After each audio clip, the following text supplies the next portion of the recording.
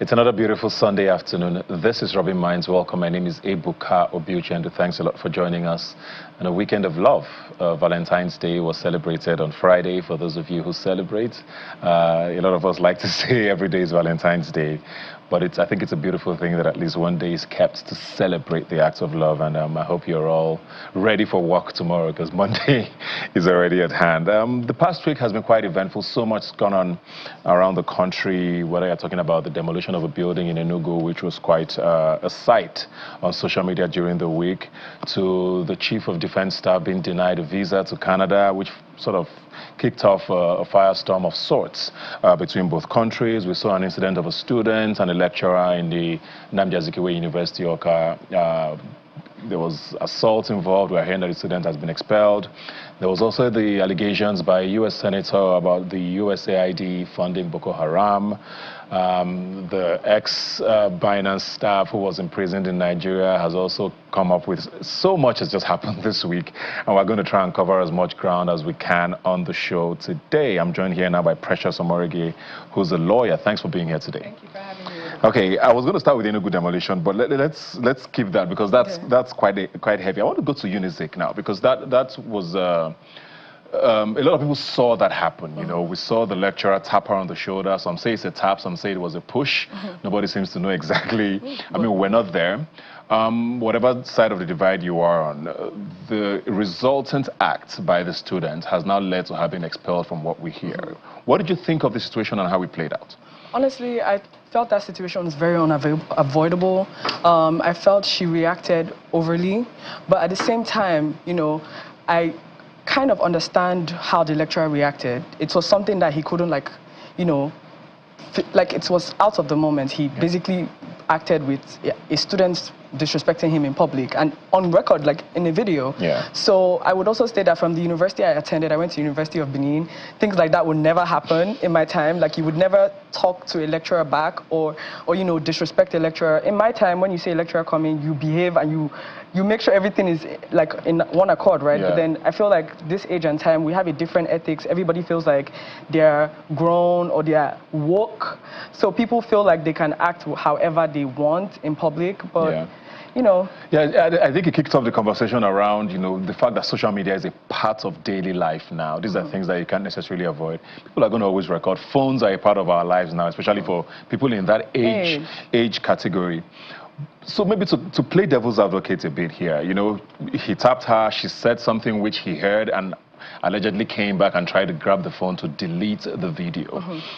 Do you see that as a reason? Because if someone is trying to take your phone forcefully, I'm not saying, I'm not taking sides here, but just playing devil's advocate, you know, if someone tries to take your phone forcefully, you know, says delete that video, what does that, I mean, in an age like this where everybody's being recorded, you know, do you not expect to be recorded? At what point do you draw the line between, okay, the public is you know, fodder for anything? I totally understand where you're coming from, but Ebuka, we also need to understand that people have the right to public and private space. If you are in a public gathering, I don't expect you to make videos of me, especially when it's outside. If it was in his office, I would say, okay, you know what, he probably should, you know, say, don't do that. But we're in a public space, and this person says, I don't want to be recorded, especially in that manner where she already made a statement saying, who does this one think he is, or is even a lecturer, something like that. So that's also disrespectful to his image. And he has the right to say delete the video. But the dragging of phone is where I feel like it's going to divide a lot of people that are going to be listening to me right now. You know, some people will say, oh, he's a lecturer, he has the right to like caution her. But at the end of the day, you are not her father. If you feel like she recorded a video, you are a lecturer, you can take it up with a disciplinary committee without being violent or holding her in public. She's a woman. If it was a guy, it's different. But she's a woman, she has reproductive systems that could be exposed at any point in time. So I feel it could be handled properly. We hear now that she's been expelled. Some people thought that was a bit extreme, you know, suspend her, give her, you know, and there's also alleged conversations around the fact that her dad might even be a lecturer in the school. I don't know if that's confirmed or not.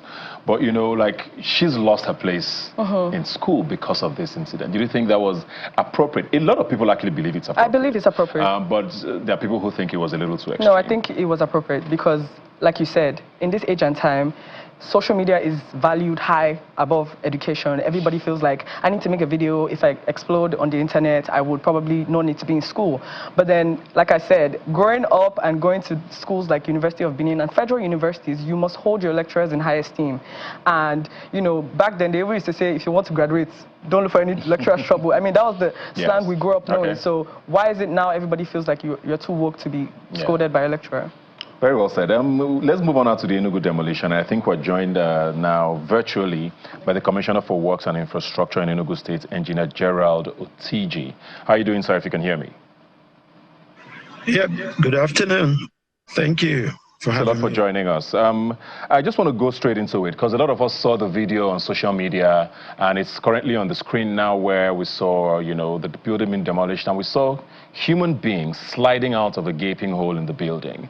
And it shocked everybody. I mean, you don't even need to be from Enugu State or, you know, it was just a very shocking video. And I think everybody's question is, how do these people start a demolition without even just going in to check who's in there, if there are human beings there? I mean, we saw a statement saying, oh, the laws of Enugu State says if something illegal is happening anywhere, you have a right to demolish. But doesn't human life supersede that? Yeah, this is actually one-sided part of the story. The actual story is that in the past 6 months, and a warning was issued, evacuation demolition warning were issued to the participants and the owners or the residents of those structures. The governor commissioned that stretch of road is a 44.5 kilometer dual carriage road connecting Enugu City, capital city, to Nsukka, another urban area, joining us between Enugu and North Central. And then in the Enugu capital city bound is a part of the city. We have all the details of the landlords and the building owners and the occupants of those buildings. 6 months ago, the surveyors went with the road alignment, went room by room, door to door, documented them and told them the extent where the road corridor was going to be at. And everybody knows about it. And they were issued statutorily 21 days notice. But 6 months later... So very sorry to cut you in there. I think we all know this part of the story. We're talking about the day of the incident. If your tractors get to a location, you go into the building and see if anybody is in there. I would believe that's the right thing to do. It's easier to forcefully remove people than to put them in a situation where they might literally die. I'm sure you would agree with that. So forceful eviction not done in the moment before this demolition happened? So you asked me a question. I'm building a background story for you to get you up to speed to the question you asked. Now, 2 weeks ago was a final warning and final notice to everybody. Then last week, we gave 2 weeks that the next 48-hour demolition was going to start. This is a 14-kilometer demolition area. And then this particular building you're seeing is within the third kilometer 2, between kilometer 2 and kilometer 3. Demolition was coming. There are scavengers. We've been fighting, we even passed a law about scavengers. We'd had the same incident when there was demolition at the Holy Ghost, if you were tracking the news. There, people will go in to scavenge for rods, for materials. The security men we had over there were in their tens of numbers. And the people were going to scramble for everything they could get. And these people, we've been arresting a handful of them.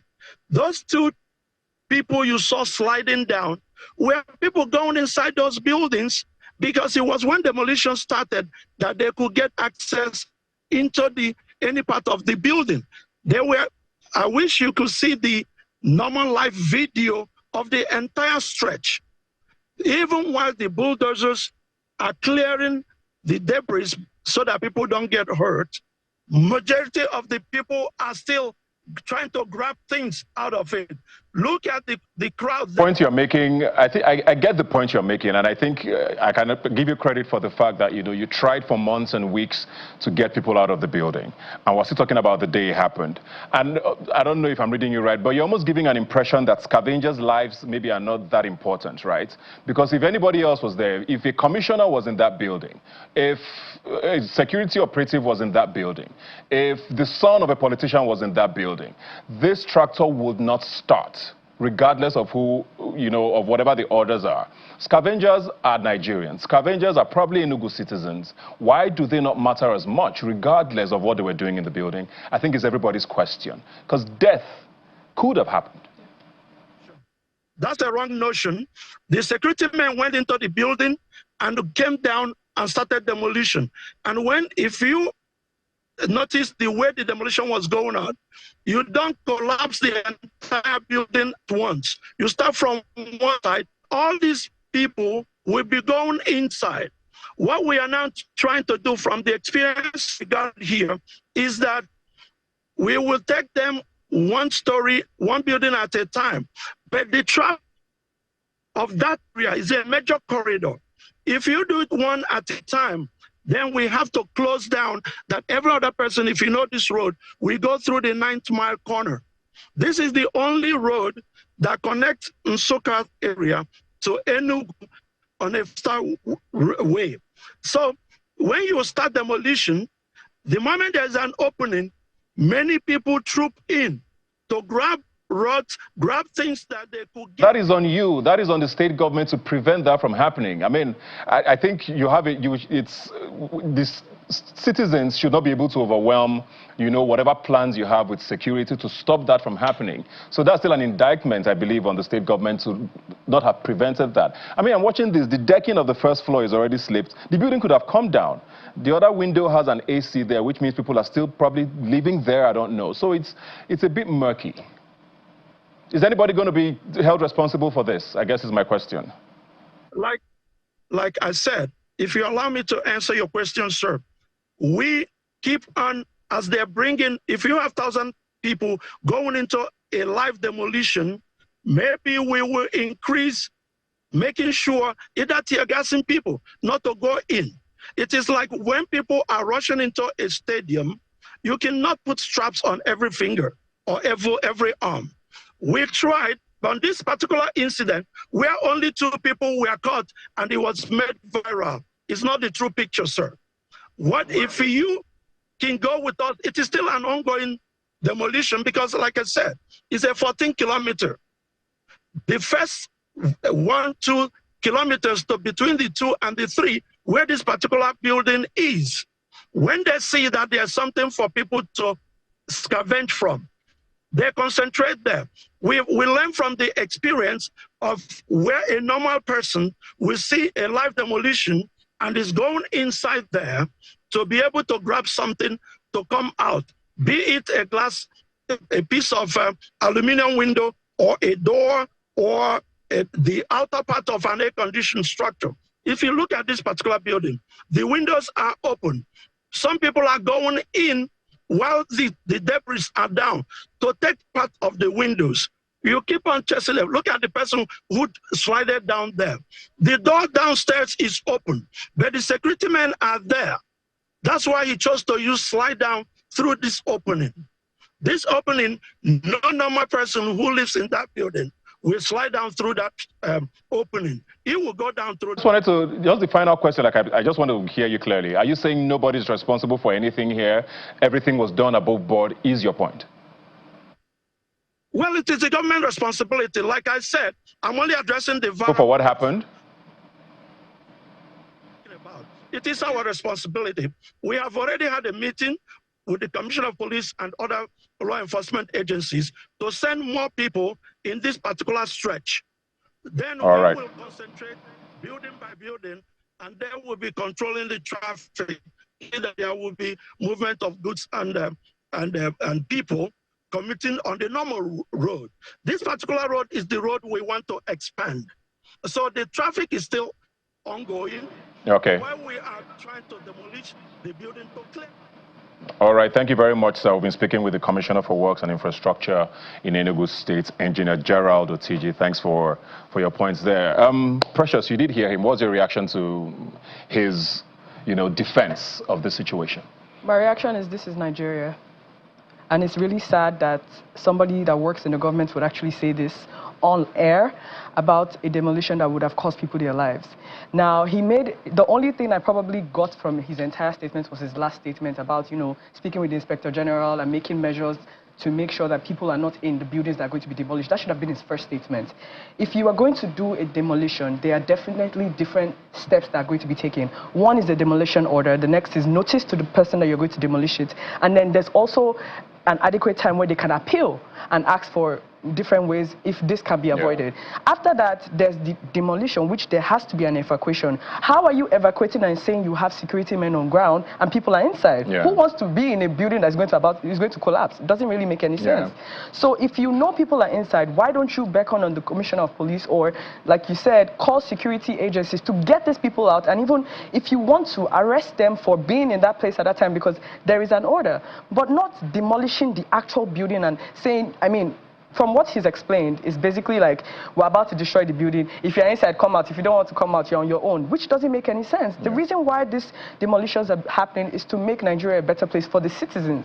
If the citizens are dying, then what's the point of doing it in the first place? Yeah, from what he said, it looks like they followed everything pretty much to the letter, from 6 months, all the notices and all of that, and ruined everything in the last moment. And like you said, the point I think everybody gets from that is security could have been better at the time. Yes.